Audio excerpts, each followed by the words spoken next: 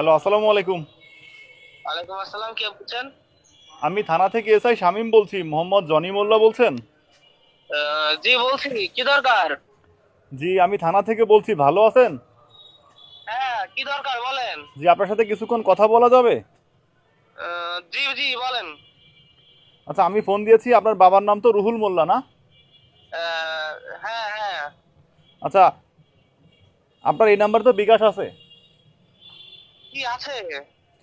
গত 15 তারিখ সকাল 11:30টার সময় আপনার এই নাম্বারে লাস্টে 18 থেকে 5,500 টাকা মোবাইলে ক্যাশ ইন হয়েছিল। টাকাটা পাইছিলেন? কিন্তু আপনি কে বলছেন?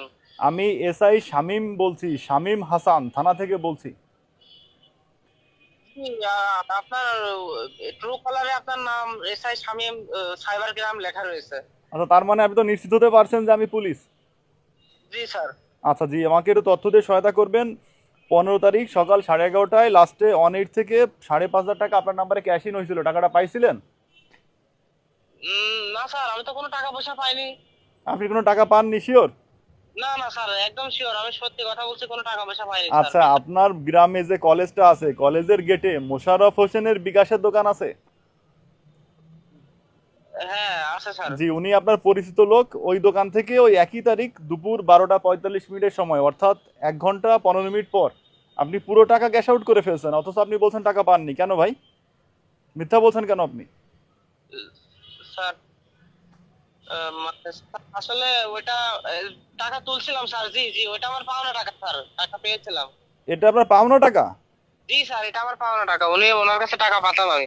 আচ্ছা, উনি থানায় জিডি করেছেন যে এই নাম্বারে উনি ভুল ক্রমে টাকা পাঠাইছেন, বাবার ওষুধ কেনার জন্য টাকা পাঠাতে গিয়ে ভুলে আপনার নাম্বারটা দিছে। আচ্ছা, যদি পাওনা টাকা হয় তাহলে সে মিথ্যা তথ্য দেওয়ার জন্য আমরা তার বিরুদ্ধে ব্যবস্থা নিব। তাহলে আমাকে আরেকটু তথ্য দিবেন। পাওনা জি। টাকা তার মানে তো যে আপনাকে টাকাটা দিছে আপনি তাকে চেনেন, তাই তো? হ্যাঁ স্যার, আমি চিনি তাকে, আমার বন্ধু হয়। আচ্ছা, আপনার বন্ধু হয়, আপনাকে চেনেন, তাহলে তো খুব ভালো হলো।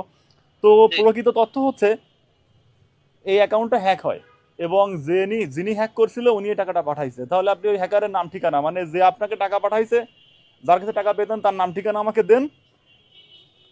তাহলে আমরা তো হ্যাকারকে পেয়ে যাচ্ছি। কারণ এটা হ্যাক হয়েছিল, না হ্যাকারের নাম ঠিকানা দেন, মানে যে যার কাছে টাকা পেতেন সেই হ্যাকার, তার নাম ঠিকানাটা আমাকে বলেন। আপনি আমতা আমতা করছেন কেন? আপনি কি হ্যাক করছিলেন, না হ্যাকারের লোকের সাথে আমি জড়িত? স্যার, উনি টাকা স্যার, টাকাটা ওই ওই বাবা অসুস্থ, ওনারই টাকা স্যার। আমি ওনার টাকাটা ভুল করে তুলে নিছি স্যার, লোভ সামলাতে পারিনি। উনি আমার অনেকবার কল দিল, নাম্বার ব্ল্যাক লিস্টে ফেলাই দিছে স্যার, আমার আচ্ছা। মাফ স্যার। আচ্ছা, তাহলে এবার আপনি জায়গা মতো আসছেন। আমি আপনাকে তথ্য বের করার জন্য এটা বলেছি যে আইডি হ্যাক হয়েছিল। উনি তো আপনাকে অনেকবার ফোন দিয়েছিলেন। উনি একটা ওষুধ কোম্পানিতে চাকরি করেন, ওনার বাড়ি হচ্ছে রাজবাড়িতে। উনি আসেন ঝিনাইদাতে, আর আপনি তো যশোরে আছেন। যশোরে টাকাটা ভুল ক্রমে চলে গেছে। তো উনি আপনাকে বলেছিল যে ভাই আমার বাবা অসুস্থ, ওষুধ কেনার টাকা পাঠাচ্ছি, হাসপাতালে ভর্তি আছে, এটা বলার পরে টাকাটাকে দেননি।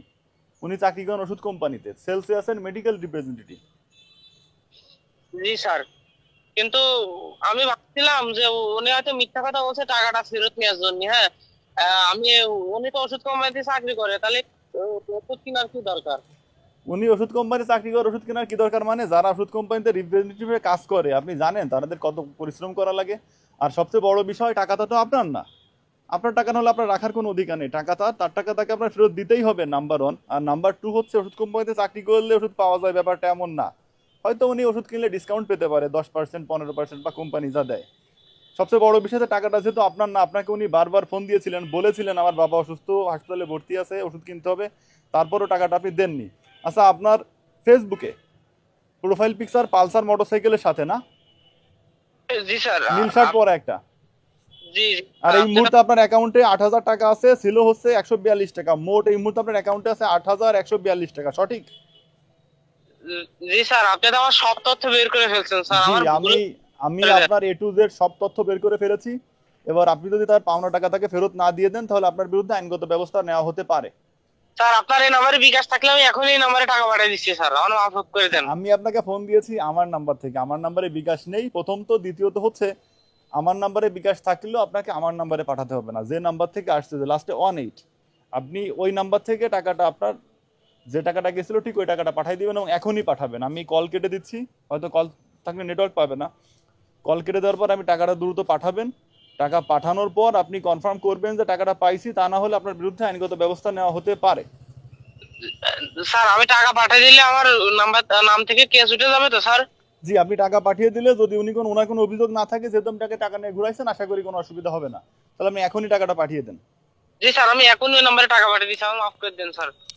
জি, ধন্যবাদ আপনাকে। আমি দ্রুত টাকা পাঠিয়ে আমাকে জানান। ঠিক আছে স্যার, আমি এখনই পাঠিয়ে দিচ্ছি।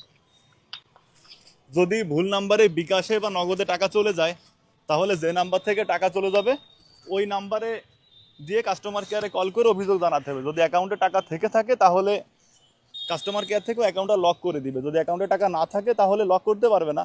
তবে উভয় ক্ষেত্রে আপনাকে থানায় জিডি করতে হবে। থানায় জিডি করে আইনগত ব্যবস্থা নিয়ে আপনি আপনার টাকা ফেরত পাবেন। আর আমরা ঝিনাইদহ সদর থানা, আমাদের ঝিনাইদহ সদর থানাতে জিডি, অভিযোগ, মামলা কোনো কিছুতে কোনো টাকা লাগে না। আপনি নির্বিঘ্নে আপনার যখনই প্রয়োজন থানায় চলে আসবেন, এবং আপনার যে কোনো প্রয়োজনে বা যে কোনো অপরাধমূলক তথ্য থাকলে আমাদেরকে জানাবেন। আর এই যে টাকাটা উদ্ধার করলাম, প্রকৃত ঘটনা হচ্ছে ভুলক্রমে টাকা চলে গেছিলো। যার কাছে গেছিল সে খুব ধুরন্ধর প্রকৃতির লোক, তাই তার তথ্য বের করে নিয়ে তাকে প্রতারণার কথা বললাম, যাতে সে ভয়ে টাকাটা দিয়ে দেয়। টাকা হয়তো কিছুক্ষণের মধ্যে চলে আসবে, আশা করি তার টাকাটা উদ্ধার হবে। আর সবাইকে জানানোর জন্য লাইক, কমেন্ট, শেয়ার করতে অনুরোধ করছি। ধন্যবাদ সবাইকে।